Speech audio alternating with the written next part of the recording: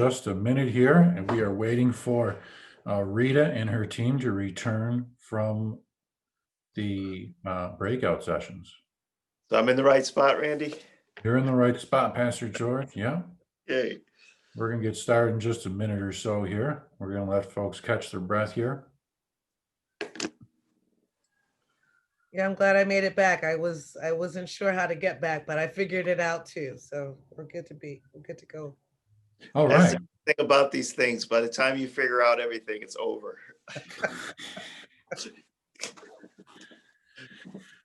All right, folks, now's the fun part. We're going to put it all together, or at least begin to put it all together.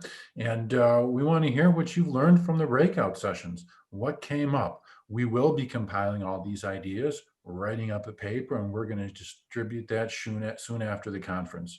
I'm going to turn things back over to Rita and her team to report on our discussions. Rita? Thank you so much. It was a little bit like speed dating, but I think we got it all in. A half an hour of discussion. Started a little slow, but by the end of the half hour, we were scrambling to get it all in. We're glad to have just had the opportunity to be a part of this important conference, important conversation at the Livability Conference. We are in the business of disrupting disparities, and we're just happy to be a part of the strategy to do so. We're going to start with our breakout session number 2. The topic was community collaboration with faith community and community networks. Our facilitators were Samantha Hidalgo and Autumn Carter, and I think it's Autumn that's going to be presenting out. Autumn? Are you muted? She just connected to audio. Okay, very good. Here we go. Autumn, if you could take it away with your update on your workshop. Thank you. No problem. So thank you to the pastor for everything that he said in our breakout session. We had a really good session, actually. Sam is on her way. We were having technical difficulties getting one of the members over, so she'll be here in a minute. But we had a really great conversation. The theme of our conversation was given COVID-19's impact, how should communities be fortified to improve the State Department of Health centers and the social determinants of health. And our main discussion centering question, excuse me, it's kind of long, I just want to read it to you once, is what has been the impact of COVID-19 on faith community and community organizations, families, access to food, clothing, education, transportation, delivery services, mental health services, and access to the COVID-19 testing and flu vaccine. So that's a very loaded question that was guiding our discussion. So it was broken up in parts, but like I said, the conversation was really, really good. It was mentioned just talking about how we have to understand what resources are available. It was mentioned that a lot of times, you know, states do provide certain resources and stuff, but a lot of us don't know about them. Certain communities don't know all about them. So the first thing that we need to do is try to make sure that those resources that are available are known to people. And then the next thing would be, you know, getting more resources, of course, and allocating them to the right spots for people that need them. But it was just mentioned how this COVID pandemic has really highlighted the, you know, connections between organizations and faith-based organizations, and how that trust aspect is really, really important too, especially from the faith-based organization aspect. How, especially, like I said, this question was loaded. So when we started talking about the COVID-19 testing vaccine and everything like that, it just really came down a lot to that trust and how you can get a community to give you trust enough, right? Like, we don't want this COVID pandemic to go on that much longer. We don't want it to kill anybody. We don't want it to continue hurting people. But it's something that people have valid fears and valid trepidations and valid concerns about. So it was just mentioned how we have to make sure that these communities' questions are answered, right? Don't go into these communities or go into these peoples and be dismissive about their fears or about their concerns. I think when we're thinking about certain populations and certain marginalized populations as well, and populations of color and things, it's so much more deeper than just, you know, like there's fear in government and fear in fear in just so much. And there's a reason for it, especially, you know, with the history of racism and things like that. So just not being dismissive of fears and just being able to talk about it. And coming into it, I think it was important that the pastor mentioned was coming into it prepared, right? Coming into it, everything lined up. Like, don't go into a community saying, we want you to have this vaccine or take this vaccine, and then have them come to us to take it or make them go to the health department. Like, let's come in with all of our information and be prepared to give them the vaccine, right? If it's something we want them to do, let's bring it to them. Let's not make it harder for them. And I think that absolutely is important because, you know, some people that, you know, the communities that we probably really want to get to working with probably don't have access to certain things or certain transportation. That goes into all the other issues we were talking about. So it's definitely important to not go into communities and say, I want to give you this, but like you have to come get it. So just being prepared. And I think that helps to continue to build that trust within that community, I think. So that's important. So I think that he was mentioning how the relationships and the work has really, really been important during this COVID pandemic. And what he mentioned was so important was the relationship building. And he said how with the African Americans Health Disparities Task Force, how those relationships were built prior to the pandemic so that when the pandemic hit, everything could just kind of fall more in place, right? It wasn't trying to connect and build those relationships. They were already kind of there. So it's important to build relationships consistently and constantly. It's just what was mentioned. And you just want to make sure, because everybody's sharing these resources and that's how you have better outcomes, right? Like each organization can only do so much or only has so much power, so much reach. So when you're able to connect with these other organizations, you go so much further together. So I think that we can probably go into solutions and things like that next. There were some good solutions. One of the things that he mentioned also was just, again, back to resources. He just mentioned funding, right? And he talked about how we need to allocate funding to communities, especially with the stimulus, and how we were only given this one stimulus check, and how it was just important that he mentioned this financial aspect because, like he said, we have the answers. We have the answers, and the answer is kind of that, like provide people the money so that they can sit back and focus on all these other things that are important. And that's where a lot of these organizations can come in and really, you know, do the parts that they can. But like I said, they can only go so far.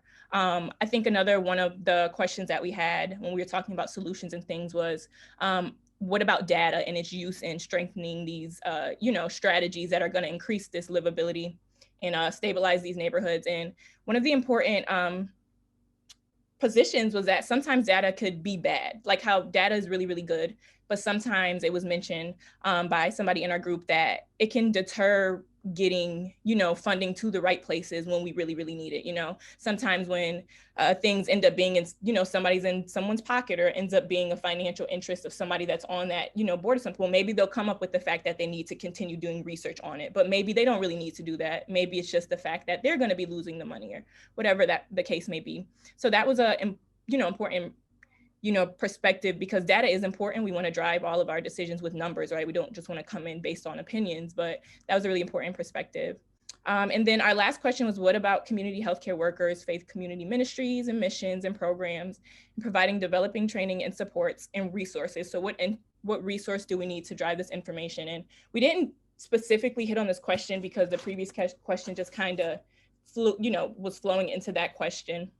But I think it just goes back to all that these organizations and everything have been doing, and just continuing to provide them resources to do what they've been doing and continue that capacity building. It was mentioned earlier how when this pandemic hit, it just tied into all these other social determinants of health, like education, how a lot of the faith-based organizations set up, and other organizations as well, but set up these hubs for students to come there. And we just ended up talking about how internet really needs to be looked at as a utility, and how if we don't want to use that language, why, you know, we have to think about why people are afraid of calling it that, like it's something that's necessary in these days. So I think that the work that these organizations are doing is really, really, really great. And I think it just goes back to, you know, that resources and allocating the resources to the correct people and communities. So that is all I have. Thank you so much, Autumn. Thank you so much for your hard work and pulling all that information together for us so that we can learn about how community and community collaborations can help with developing and strengthening livability.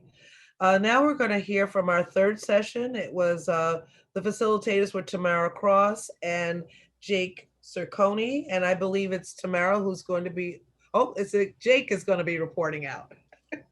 Thank you, Jake. Oh, I'll be reporting out. Oh, Yeah, okay. Tamara. You threw me on the spot. I was on the screen. Yeah. I saw you on the spotlight, so I got a little confused. Thank you, Tamara. No worries. So hi everyone. We had a great and robust discussion. It was, so the time just flies by, but our discussion centering question was how has place, health inequities, lack of food access, and racial disparities have been exposed during the past 9 months, and the need for better policy to drive change. And just some of the general comments that we had. The first one was like how COVID exacerbated existing issues, right? So we know, as we learned in the conference earlier, how where you live determines, life expectancy and stuff like that. And it's just like COVID has exacerbated that difference that we've seen. A couple things that were mentioned kind of to relate to that is how some people were unaware of the disparities until COVID. So COVID really also shed light on existing issues, which, drove the policy development and things like that. But one thing that was suggested is that current recovery efforts should focus more on building back new and improved resources. So like some of the things that may have been, mitigated and gone due to COVID, but when they're built back, they should be built back new and improved. And another thing that was mentioned was that the pandemic has proven that policies, stakeholders have said, oh, yeah, that's not possible. They actually are possible. And one example that was given was uh, the forgiveness for tickets, for parking tickets, right? The mayor put a whole forgiveness plan for parking tickets, and that disproportionately affects poor people and people of color. And you would think, this is not possible, but it was. So couple other things, the rent relief, it wasn't really impactful, and we felt like rent should be forgiven, right? COVID is still going on, it's still existing, so rent should be forgiven. And along with that, like other utility services should also be expanded. Like people are still being charged for gas, and there was something to do with the water utility, like that was another thing that stakeholders said is not impossible, but it was impossible, like just expanding things like that. So yeah, and then we touched on how zoning is a huge issue and how things are structured to be segmented. And this will go into our solutions, but like people have to have a car to get to where they need or get to the things that they need to get to. So some of our solutions. So I'll just go into the first point, which is our solutions. And one of them includes like building barbershops, stores, and things like that in walkable like accessibility, like not having to drive or take 7 buses just to get to where you need to go. Um, Another thing we mentioned, and this was kind of like the center of our discussion, was how internet should be a public utility, right? A lot of individuals, like right now, internet is the number one thing that we need right now. We wouldn't be on the Zoom call without it. So, and with that, one point that was mentioned was that how the older generation, they might have access to internet itself, but they might not know how to use it, which in turn doesn't allow them to properly know what's going on in their community, or even understand that they have a seat at the table when it comes to understanding what they need in their particular communities. So those are just a few solutions. But then the next question asks about how data can drive policy development. And one thing that I mentioned was how, as a public health major, a lot of public health interventions are data focused, excuse me. So, but also with data comes personalization. So you can't always just look at the numbers and expect that, okay, the numbers say this, so this is what we should do. You should also take the community's voice into consideration, which leads into the next question. But another thing that was mentioned is how good data should be used to inform policy decisions. It's more democratic and transparent in that way, and it's more different. It's a lot more different than how policy decisions are being made now. Um, and another very important issue that so previously it was mentioned how a lot of the issues that we see now are due to systemic racism, and the policies that are developed, they should be developed in such a way that they're intentional and that they fix structural racism, not just beating around the bush. And there was also a comment that there's a bill that was passed that would increase access to high-speed internet. And I'll put the link in the chat, so you guys can like call or email the Senate and stuff like that to improve, to just make sure that that's passed, because again, we have to hold people accountable. And our last question, just to wrap it up, is what role does the community play in driving change in policy and government? So again, just really empowering communities and really letting them understand that they have a power in what they do and what they say. Autumn, my colleague, we were helping out with like phone banking and increasing voter registration and turnout with Open Buffalo. And a lot of like feedback that I've gotten from at least my generation and my peers is that they feel like they don't have a voice, they don't have a say. And I guess we really just have to be responsible for changing that narrative such that communities feel like they have power. And being in a community and looking at mayor and stuff like that, it might seem so far away, but it's not. Another thing that the community can play a role in is really participatory budgeting, instead of letting stakeholders choose what resources are allocated and what funding is allocated to what resources. Because as we've seen with the forgiveness of parking tickets, clearly there is funding to forgive certain things, but how's that funding being allocated? Another role the community can play is like improving communication between certain marginalized communities. As we spoke about before, like just a simple phone call to the older generation, like, or anyone, like using the phone as a source of communicating. I think we forget sometimes that, we don't have to email, we don't have to text, we can just simply call, and that can brighten someone's day. That can help them realize that they're not alone in whatever they're going through. And unfortunately, due to COVID, we can't really do door to door, but I'm a real big person on face to face. I feel like that's the best way we can get things conveyed, but door to door would be essential, and just like bringing the community together. And at the end of the day, the community has power, democracy is power. So just really empowering the community such that they hold stakeholders accountable for policy change and what we want to see in our communities we live in. Thanks. Thank you so much, Tamara. We appreciate you and your speed date there with policy and the group on policy. And last but not least, we did do some discussion around healthcare. And that's such an important aspect of our life, especially as we get older, how we interface with healthcare and perhaps some lessons learned. So we have DeChantel Lloyd, who is going to present, but her team member for facilitation was Kate Rogers. So with that, DeChantel. Thank you. So yes, as Ms. Rita said, we were in the Access to Healthcare breakout session, and our topic was given around COVID-19. What have we learned about healthcare access in home care, dialysis services, hospitalization, and primary and specialty care? And there were actually a couple of examples that came up in the conversation that helped us understand the experience within the healthcare system and how a lot of people who are caring for family members don't have the access to really assist them in the way that they need to. So that actually brought us to our next question, was what have been solutions, what new policies, innovations are necessary to improve a shift in care options, and are there community-based healthcare solutions? So once we got to this, the main thing around healthcare with all our questions seemed to be advocacy. So solutions is having someone else there to help.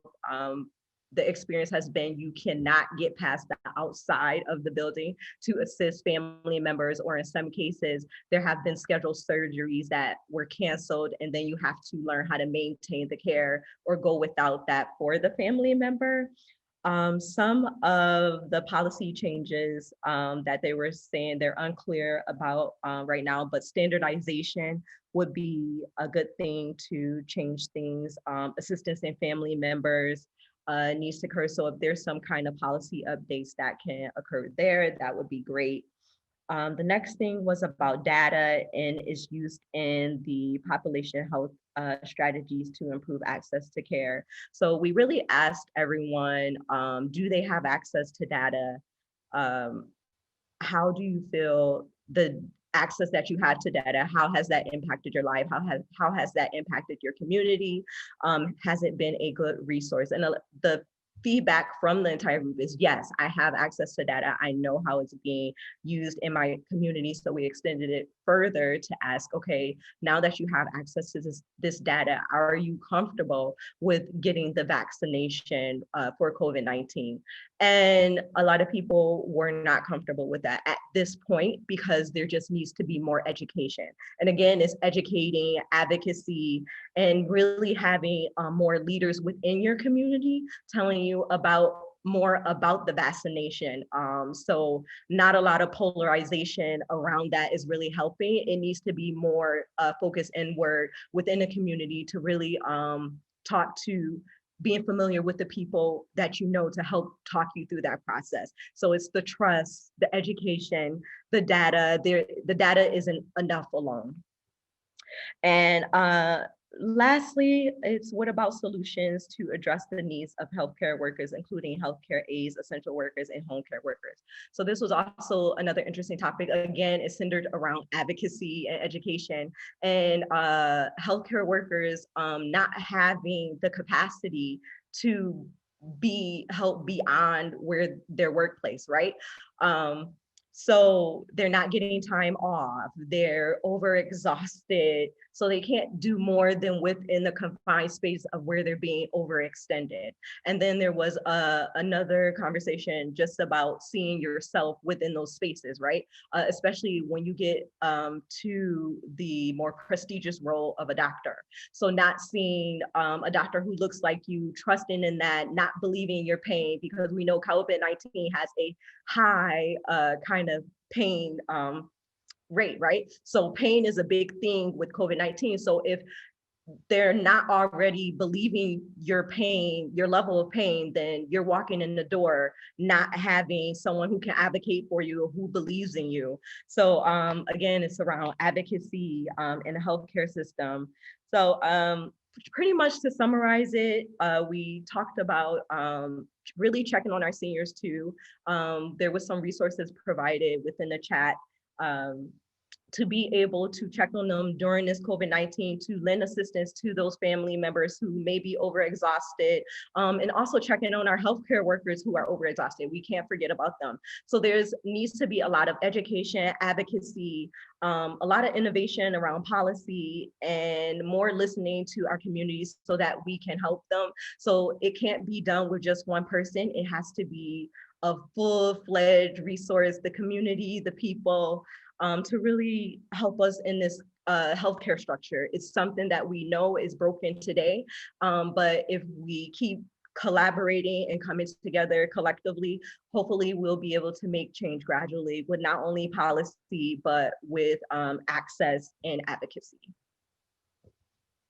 Thank you so much, DeChantel. We're really glad that you were a part of our team today and able to ferret out some of the thoughts and ideas that our participants had with regard to healthcare. But not only that, we talked about community and faith community, as well as policy.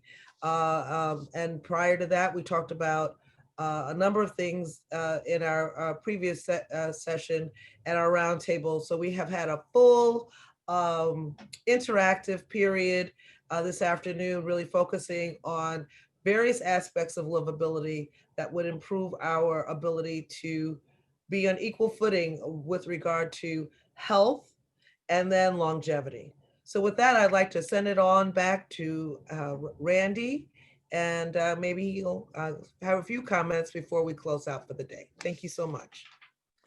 Thank you, Rita. Well, I hope that everyone like me is pleasantly exhausted. I know I've learned so much. I hope you have too.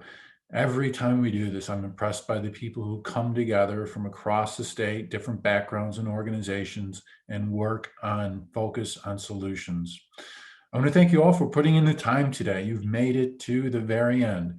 I especially want to thank our speakers, Lieutenant Governor Kathy Hochul, Obayi Reed, Pastor Nicholas, Noah Kazis, all of our panelists. Thank you for your dedication to addressing disparities in livability and all you do in our communities. I also want to thank Rita and her team, Rita Hubbard Robinson and Newwater and Associates, for doing the great work and making this happen for us. and compiling all those thoughts and information. I want to thank Keeper the Brand, who's produced this event. They're all behind the scenes. If we were in person, they could take a bow, but they've done great work for us. I also want to thank my colleagues, Reggie Nance and Maggie Castro. Reggie and Maggie lead our Disrupt Disparities work. If you haven't seen our Disrupt Disparities website and information, please check it out. Reggie and Maggie both were key advisors in forming this summit. And finally, I want to thank Beth Finkel, our state director, who encouraged our team to sharpen our livability focus on racial disparities in livability. Now, about next steps, what we'll be doing is compiling all of your good work, putting it into paper and distributing it in the very near future. Our communities are undergoing incredible change right now due to this pandemic, and our mission has never been stronger. The policy paper that we come up will help inform our work as we approach governments in all sectors, seeking to make sure that New York State is livable for all. Again, thanks for your work today. We look forward to coming together in person, hopefully, next year. And I'm happy to let everybody know that you have an extra 15 minutes today. It is Friday. Pastor George reminded us that we need to celebrate, and everything that was said today reminded me of many of the wins and the progress. Certainly there's work to be done, but take that celebratory approach as we enter our weekend. Remain hopeful and inspired, and thank you for joining us today. So long, folks.